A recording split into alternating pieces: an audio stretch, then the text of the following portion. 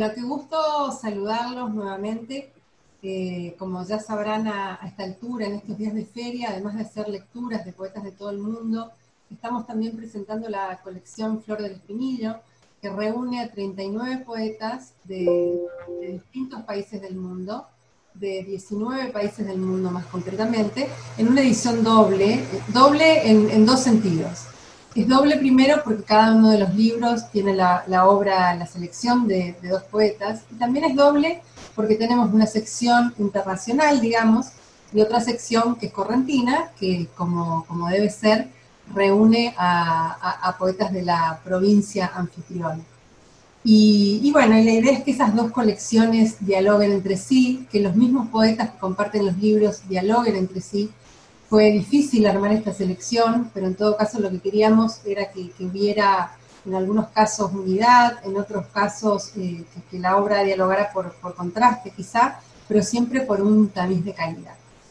Y bueno, hablando de calidad, estamos en compañía de Mariela Nigro, que es una poeta de Montevideo, de Uruguay, y de Gabriel Chávez Casasola, un poeta de Bolivia.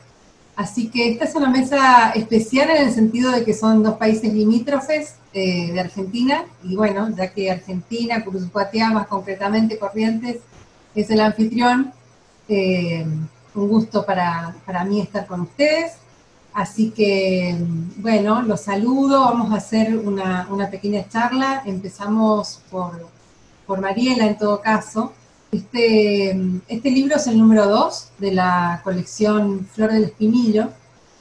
Y como la idea es que la feria tenga también, más allá de los libros, de la obra en sí que estamos presentando, pueda tener una visión, una misión educativa.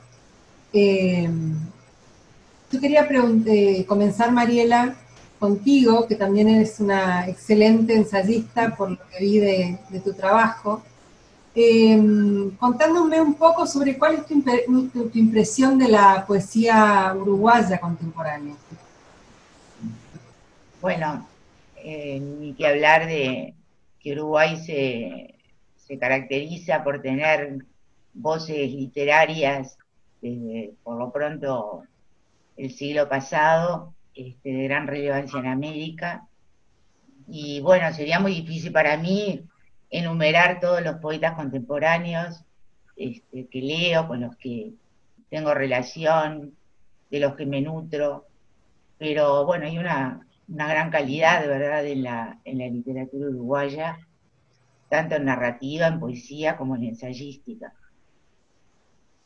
Lo que yo veo es que para ser un país pequeño, ¿no? Porque bueno, es una realidad que es un país pequeño, hay una actividad editorial muy grande, hay muchas editoriales, boutique, digamos, o de Es editoriales verdad, chiquitas que sobreviven, digo yo, ¿no? Porque lo que ha pasado es que las grandes editoriales eh, concentraron mucho, pero en Uruguay siguen existiendo muchas editoriales pequeñas que hacen un trabajo impecable. exacto, incluso que hasta se enfocan en el diseño del libro. Bueno, no podemos compararnos ni con Argentina, ni con España, ni con México, esas enormes canteras editoriales, pero sí hay muchas pequeñas y muy interesadas en el diseño y en dar voz incluso a autores nuevos, a jóvenes. Perfecto.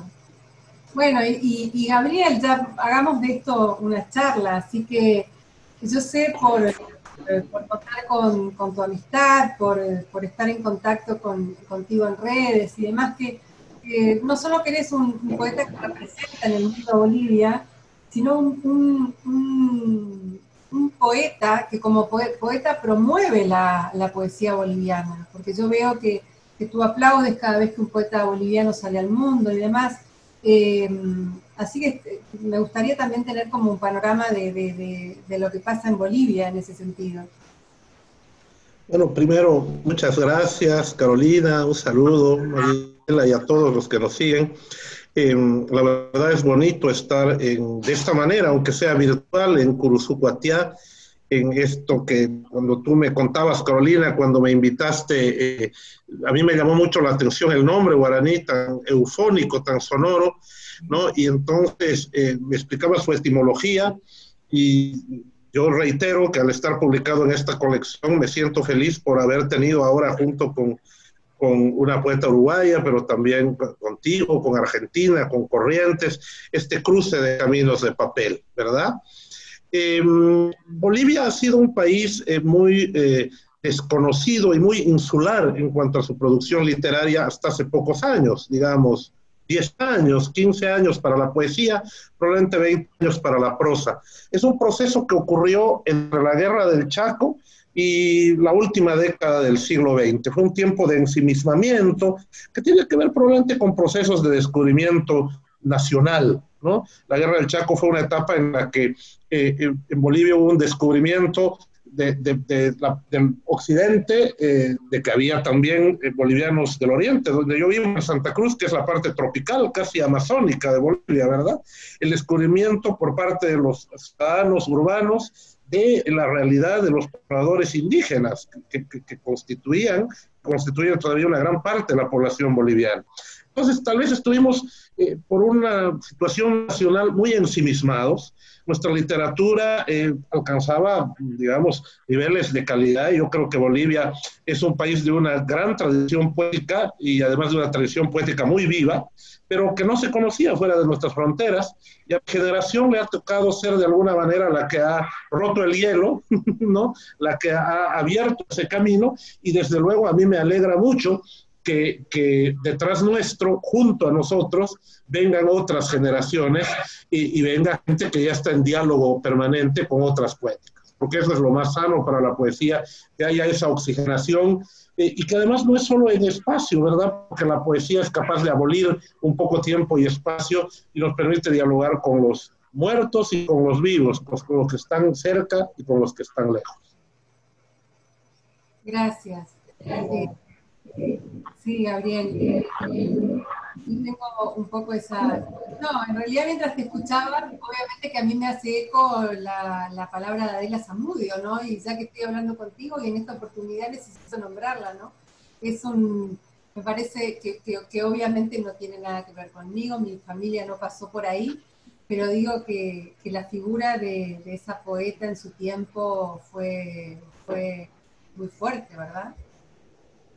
Sí, hay figuras en la poesía boliviana muy interesantes. Yo creo que es una poesía que destaca por su, digamos, la potencia y la singularidad de sus voces poéticas, tal vez por este fenómeno también de la insularidad, ¿no? No son voces que estén necesariamente alineadas con las corrientes continentales que estaban ocurriendo sincrónicamente. Y ahí te puedes encontrar, por ejemplo, una María Josefa Mujía, que fue ciega, ¿no? Y te hace una versión muy propia de romanticismo, pero desde su condición y desde su drama personal. Y encuentras luego a principios del siglo XX a Adela Zamudio, exactamente, que uno la lee y podría pensar, salvo tal vez por la parte formal de la versificación clásica, uno podría pensar que está leyendo a una escritora absolutamente contemporánea, porque es una adelantada en la visión crítica de la situación de la mujer, por ejemplo, en la sociedad y en la propia literatura, o la carta que le escribe bajo forma de verso al Papa de la época, pareciera, digamos, de una actualidad totalmente posterior a esos años, ¿no es cierto? Más bien que tiene que ver con debates de las últimas décadas del siglo XX. Era una mujer valiente, lúcida, y como ella hay muchas mujeres poetas muy interesantes en Bolivia, tal vez cuantitativa y cualitativamente creo que la poesía boliviana está marcada por la escritura de mujeres, pero naturalmente también hay figuras muy valiosas entre los varones. Yo no suelo hacer una clasificación de ese tipo, ahora porque nos hemos acordado de Adela, pero creo que en el siglo XX hay nombres tan importantes como Jaime Sáenz, Óscar Cerruto, que recién se están conociendo fuera de Bolivia, ¿no? A Sáenz lo han comenzado a traducir y a publicar fuera después de muerto, porque así sucedía en su generación. Y Cerruto, que es un poeta enorme, es realmente muy poco conocido. Él llegó a publicar un libro en Buenos Aires cuando estaba vivo, en Losada, pero después no se ha reeditado. Gracias, Gabriel. Muy interesante tener así una apertura de nombres y poder ir a... Yo tampoco creo en esa, no creo evidentemente en la literatura femenina, me parece un término que hay que sacar. El ser humano escribe, obviamente que escribimos desde la sensibilidad que tenemos por el género al que pertenecemos o por el género que elegimos tener también. Pero bueno, esas separaciones no. Pero escuchándote, obviamente que estoy tentada a preguntarte, Mariela, sobre toda la tradición de poesía de mujeres de Uruguay, que sin dudas es una característica muy fuerte del país, ¿no? Yo leía en uno de tus poemas, hay una cita fuerte a Delmira Agustini, pero bueno, y en todo caso, una segunda pregunta atada a esa. Si en tu caso te considerás en algún punto como de algún linaje de esas poetas mujeres que te antecedieron. Y bueno, eso, si puedes compartirnos un poco eso, tu visión de las mujeres y dónde te ubicarías. Bueno, sí, en Uruguay hay una tradición muy fuerte de poesía hecha por mujeres, sin ir más lejos, Ida Vitale, ¿no? Nuestra premio Reina Sofía y bueno, es una de las poetas que más he leído. También Juana de Barburú, Delmira Agustini, y poetas contemporáneas, bueno, como Silvia Guerra, Tatiana Oroño. Hay realmente una gran tradición de poesía de mujeres. Y eso que tú decías de poesía femenina, en un encuentro sobre poesía hecha por mujeres que se hizo hace muchos años aquí, en el Instituto Goethe, justamente se reunieron muchas voces de mujeres y de hombres abordando ese tema de la poesía hecha por mujeres. Y hay una escritura, a mi juicio, que simplemente es un plus que se agrega a la poesía, a la voz, a la literatura del ser humano, del ser sensible y pensante, que puede tener, sí, una característica personal, por el contenido, por la tradición de voz silenciada también en una mirada histórica, y también por su temática, ¿no? Hay mucha mirada interior, que no quita que no haya también en la poesía hecha por hombres. Creo que es, sí, una diferencia que en todo caso le agrega un plus a la poesía en general o a la literatura. En ese momento yo había opinado que sí había un interés tal vez en la corporalidad, esa cuestión de maternar que tiene mucha incidencia a veces en los contenidos de la poesía hecha por mujeres, y que simplemente, ya te digo, me parece que se agrega como otra cantera de recursos sensibles y de pensamiento a lo que puede ser el interés de cualquier poeta, ¿no? Hombre o mujer, en abordar esos temas. Pero bueno, la tradición de la poesía de mujeres, y yo me decías, yo soy un poco reservista, porque mi primer libro se publicó en el 97, o sea, hace 23 años, y tengo 63, o sea que bueno, toda mi vida me dediqué al derecho, que es bueno, la profesión que ejercí, y bueno, siempre escribí, pero estoy medio desfasada porque soy un poco posterior a la generación del silencio acá en Uruguay, y en cierta forma, como dijo el poeta Luis Bravo, soy reservista, ¿no? Porque llegué, digamos, a la literatura, a los libros, a las publicaciones, ya un poco mayor. Pero bueno, escribí toda la vida. Claro, claro. Yo pensaba mientras los escuchaba a ambos que una de las, cuando pensábamos con la Dirección de Cultura de Curuzú, de cómo armar, de cómo conformar esta lista, de cómo armar las ediciones, las lecturas, una de las cosas que tuvimos en cuenta es que este encuentro Esteros tuviera, en la medida de lo posible, la misma cantidad de hombres y mujeres. Pero justamente porque pensamos que eso, sumado al plus que le da a tener presencia de poetas de tantos lugares del mundo, no asegura equidad, digamos, no va por ahí la idea base, pero sí la intención es como tener la mirada desde los dos lados, ¿no? Entonces, bueno, afortunadamente logramos que eso pasara, así que todos quienes nos estén escuchando a lo largo de la feria habrán visto y podrán seguir viendo que hay voces no solo de distintos países, sino de hombres y de mujeres. Y por cierto, celebro, compartir con Gabriel ese libro digital de Flor de Quinillo. Perfecto. Bueno, y hablando de ese libro, empecemos con la lectura, digo yo, más allá de que luego podamos seguir charlando, pero nos gustaría escucharte, Mariela, con algunos poemas. Bueno, sí, 2 o 3 poemas. Hay un libro, El río vertical, que es del año 2005, que es en cierta forma un poema largo, como el río, y que, bueno, voy a leer algunos poemas de este libro. El tiempo vuela con el viento de las horas. Si mañana fuera ayer, si viviera hacia atrás, si regresara hasta no nacer, quedaría de a pie, de espaldas a la nada, suspendida en el minuto como una lágrima. Pero si ayer fuera mañana, esperaría al hijo con manos arrugadas, bendecido sería bajo el agua de la pila que inauguró mi vida, hilo de agua clausurada, que bañara ya su rostro, arrugado junto a la fuente, que bendijera al hijo de su hijo. Así viera su rostro a la hora de mi muerte, como si yo partiera desde la misma cama que le dio la vida, como si yo lo pariera después de haberme ido, y lo trajera adentro, desde el vientre de mi madre.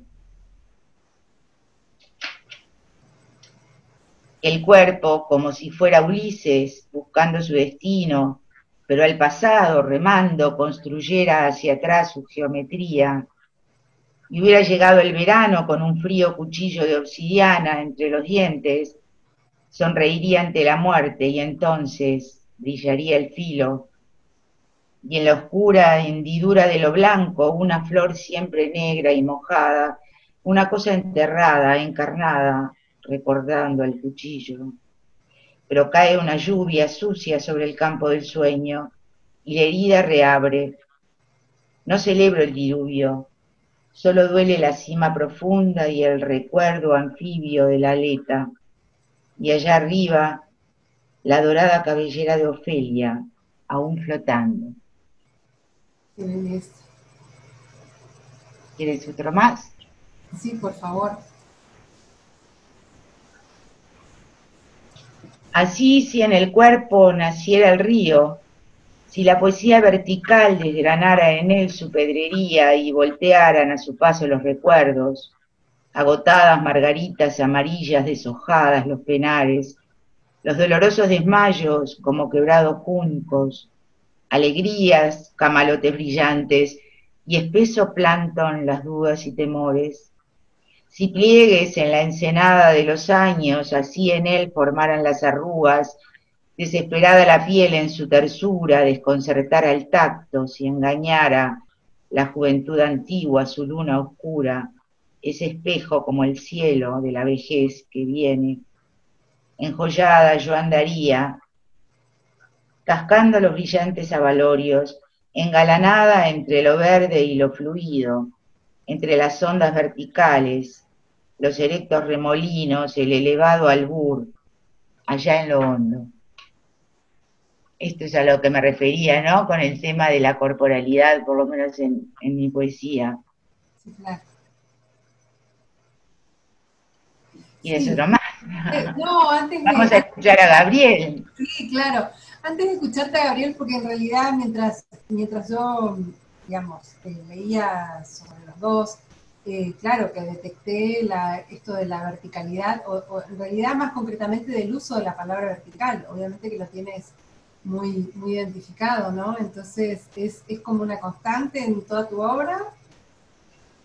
No, hay algo de geometría, como recién citaba, porque tengo también un libro que se llama El tiempo circular, Ah, y el río vertical tiene que ver también con el epígrafe general, no solo con la poesía de Gran Juárez, ¿verdad? claro. Pero en el epígrafe está: el río se alza vertical de oro, todo de flautas, todo de peonías, de Juana de Ibarburu. Y el río vertical tiene que ver también con el tiempo vertical del que hablaba el pensador francés Gaston Bachelard, ¿verdad? Es esa poética del instante. Entonces, bueno, por eso el río habla de todo, fundamentalmente de lo corporal y también del pensamiento, que creo que son las dos vertientes más fuertes de la poesía. Sin duda, sin duda. Bueno, Gabriel, yo tengo muchas ganas de escucharte. Muy bien, voy a leer tres poemas que están incluidos en el libro que compartimos con Mariela y en la colección Flor del Espinillo. Que a mí me gustan las flores amarillas, o sea que me he quedado muy contento con estar en la colección. Los patios son para la lluvia. Los patios son para la lluvia. Cuando ella cae, despiertan sus baldosas, abren los ojos del tiempo sus aljibes, y entonces los patios cantan.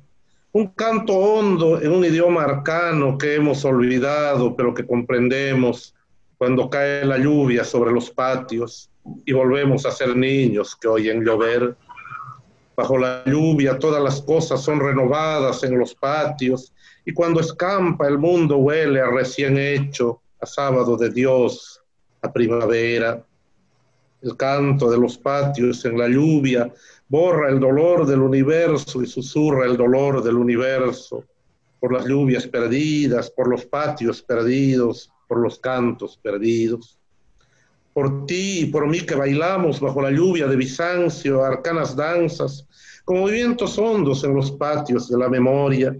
Por ti y por mí que bailamos, que llovemos, que despertamos las estaciones mientras el patio canta, porque la lluvia es para los patios, esos indescifrables.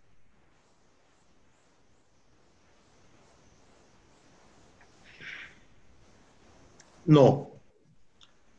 No en el precioso y preciso jaspeado carmesí en el corazón de esta flor blanca como un cáliz de nieve, no en sus pétalos albos y pequeños, no en las líneas carmesíes diminutas como trazos de sangre de un gorrión malherido de amor sobre esa nieve, no. La belleza está en los ojos del que mira, en el preciso y precioso jaspeado del iris de sus ojos, en el corazón de su pupila, en las líneas nerviosas diminutas que conectan el ojo con la mente. La belleza no está en el mundo por sí misma y para sí. La belleza del mundo está en los ojos de los habitantes del mundo, en la mente de los habitantes del mundo, en todos los sentidos de los habitantes del mundo, pues no hay olor, sabor, textura, ni trinos de gorrión, ni cálices de nieve, sino aquel que puede maravillarse en ellos. La belleza está en tus ojos, en tu lengua, en tu pezón, en el funcionamiento maravillosamente armónico del martillo y el yunque y el tímpano de tu oído interno, en las células olfativas que trémulas se extienden debajo de tu rostro.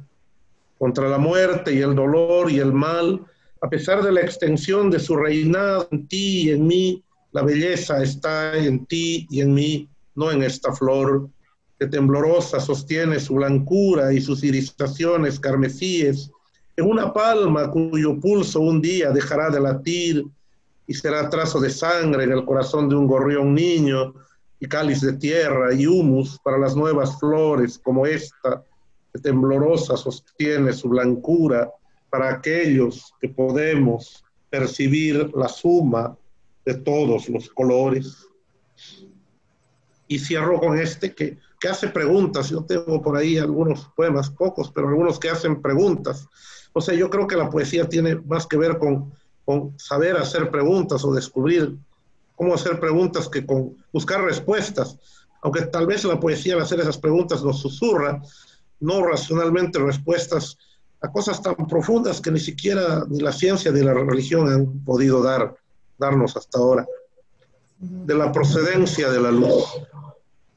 La luz viene siempre desde fuera, léase sol, astros, fuego, lámpara. Nosotros somos oscuridad. Pero la luz viene siempre desde fuera. En el principio era la oscuridad y la luz sobrevino. ¿Desde qué afuera? O en el principio la luz era un adentro. Y la idea de la luz, ¿dónde sucede? ¿Podía alguien ver la luz y nadie había? ¿Podía alguien llamar la luz e iluminarse? Entre el afuera y el adentro, la luz. Nosotros somos un canal de luz, un río, un mirar, un nombrar, un alumbrarse. La luz que vino siempre desde fuera, se hizo en la carne y habitó en nosotros. Ahora otra vez la luz será un adentro. Habrá sol, astros, fuego, lámpara en tu pecho, en tu retina, en una circunvolución de tu cerebro. Nosotros somos luz. Ahora la oscuridad es un afuera que reinará cuando nos apaguemos. Y cuando nos apaguemos, volveremos hacia la luz primera. Nos envolverá la oscuridad temprana. Seremos luz, seremos nada. Cierro los ojos. La luz de la memoria, el hombre teme más al olvido que a la muerte. Me devuelve un hombre que se llamó Machado. Anoche cuando dormía soñé bendita ilusión, que un ardiente sol lucía dentro de mi corazón. ¿De dónde viene la luz de este poema? ¿De la afuera, que es Machado, o del adentro, que lo recuerda? Insisto, la luz viene siempre desde fuera. Gracias. Espléndido. Gracias a ti, Gabriel. Sabes que mientras te oía y mientras trabajaba también en la edición de los libros, pensaba que en realidad reafirmaba una sensación que tuve la primera vez que te escuché en Colombia, en Barranquilla, que en general tu poesía está marcada por está marcada o en todo caso, si yo pudiera hacer un estudio sobre tu obra, diría que hay imágenes en general muy luminosas, muy cándidas, digamos, esa es como la primera impresión que tengo yo del trabajo tuyo que he leído, que afortunadamente no es todo, pero entonces tú eres un poeta con una trayectoria consolidada, publicas desde hace 20 años, ¿verdad? Por lo menos. Y entonces, bueno, seguramente a esta altura de tu obra ya tienes como una visión crítica propia, o a lo mejor esa visión que has tenido justamente de la crítica que se ha hecho sobre tu obra.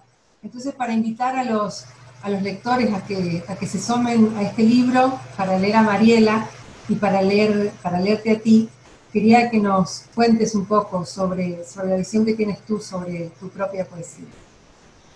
Bueno, siempre es difícil hablar sobre la propia poesía, pero ya con algunos añitos de recorrido, uno va recogiendo lo que le dicen los lectores, uno va recogiendo lo que le dicen también la lectura especializada, que es la crítica, los colegas.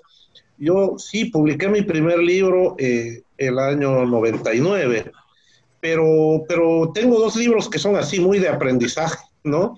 Creo que en realidad mi obra, mi trabajo poético serio, comenzó a escribirse en el año 2006, ¿no? Y el primer libro que yo considero importante, que marca un antes y un después, que es el que me ha abierto también, le ha abierto a mi poesía, en realidad, que es lo que importa, caminos, posibilidades, senderos, se llama El agua iluminada y está cumpliendo 10 años de publicación. Pronto vamos a estar celebrando algo de esto con la editorial y los amigos, que son poemas escritos justo entre 2006 y 2010, una época en la que además un año pude vivir en la selva, en la Amazonia boliviana, y eso me cambió la visión de muchas cosas. Y yo en mi poesía siento y la gente encuentra, y bueno, yo ahora ya lo encuentro porque no es deliberado nunca esto, ¿verdad? No es un ejercicio racional, que está algo en lo que yo creo firmemente, en el milagro de las pequeñas cosas, ¿no? Yo creo en los milagros cotidianos, en que la vida nunca debe dejar de terminar de sorprendernos, nunca debe en realidad agotarse esa mirada que tenemos cuando somos niños y que después a veces se vela, ¿no? Al crecer por la rutina, y que yo creo que hay que mantener limpia esa mirada y mantenerla siempre así sorprendida, asombrada. Y también creo que en relación a lo que comentaba hace un momento, el poeta es alguien que pregunta mucho, que escudriña, que mira, que está atento, pero que también tiene que hacerlo a veces con espíritu crítico, a veces también puedo ser pesimista o hasta misantrópico, pero en general tratando de preservar esa mirada primordial de una etapa que a lo mejor está solo en el cerebro, pues, ¿no? Alejandra Pizarro decía, el jardín es verde en el cerebro. A lo mejor es eso, pero a lo mejor también es una utopía posible para el ser humano. Y creo que la poesía también puede marcar un horizonte posible, aunque en el camino nos haga reflexionar sobre el dolor, sobre la muerte, sobre los numerosos sinsentidos que a veces nos interpelan. Bueno, en ese sentido creo no, digamos, nosotros intentamos desde este humildísimo lugar que construimos en estos 5 días de feria, que el Encuentro Esteros, que reúne a poetas, también pueda ser complemento de otras artes que hay en esta feria del libro de Curuzú, que hay un encuentro también de artes plásticas, hay un encuentro también de teatro. Entonces, no quiero caer en el lugar común que estamos usando, que todos en este momento, de que es una nueva posibilidad de construir cosas y demás, pero en todo caso, en algún lugarcito mío del corazón, creo que desde las más humildísimas cosas y desde las cosas simples, como decías, Gabriel, se pueden construir cosas quizá inconmensurables, ¿no? Así que les vuelvo a agradecer a los dos por haber aceptado este desafío de sumarse a este Encuentro Esteros, de una fundación que tiene apenas 1 año y medio de vida, y bueno, a esta Feria del Libro de Curuzú, que ya va por su 9ª edición ininterrumpida, así que creo que solo puede sostenerse también gracias a la colaboración generosa de ustedes. Así que gracias por su tiempo, gracias por su poesía, gracias a todos los que nos están escuchando y seguimos disfrutando de la feria. Un gusto y un honor haber estado compartiendo con ustedes este evento. Larga vida para la feria. Gracias. Igualmente, y Mariela, qué lindo compartir este libro y este trago, porque la poesía es encuentro contigo, de alguna manera con la poesía de tu país, con la cultura de tu país. Anoche estuve escuchando, es la primera vez, alguien me mandó un video de regalo de Alfredo Zitarrosa, yo nunca lo había visto cantar, lo había escuchado, y me pareció maravilloso verle una actuación en España, me conmovió mucho, ¿no? Él también estaba conmovido en un momento de la interpretación, que iba a cantar Doña Soledad, y se acordó de ella, del personaje que le inspiró la canción, de la persona. Y además, más de 20 años fallecido y de total vigencia en el corazón de todos los uruguayos. Totalmente, y no solo de los uruguayos, ustedes han de América. Dado luz a personajes entrañables y vivos para todos los propios del mundo. Y también pensando en la música, pensaba en Corrientes. Mi familia es familia de músicos también, y crecí escuchando la música correntina, que le pone ese toque alegre que a veces nuestra música altiplánica no tiene, ¿no? Es decir, a mí me gusta mucho, así como el nombre tan sonoro, y me alegro de este encuentro. Y Carolina, agradecerte mucho a todo tu equipo, y de alguna manera recordar también como un amigo que estoy seguro que celebra nuestra amistad, la unión en poesía, que es nuestro desaparecido Jorge Pablo Antonio, con quien compartimos gratas veladas, festivales, un poeta tan querido. Bueno. Ya que dices eso, me voy a tomar el atrevimiento de contar algo muy, muy, muy personal, pero estoy usando esto en estos días de feria porque es un regalo que me hizo Jorge, y bueno, siempre está en mi corazón y está en este momento ayudándome con la garganta con con estos días de feria tan intensos. Así que le dedicamos con mucho cariño esta lectura a la memoria de Jorge Colantonio, siempre en nuestros corazones. Y nuevamente, gracias y nos seguimos viendo en la Feria del Libro de Consultorio.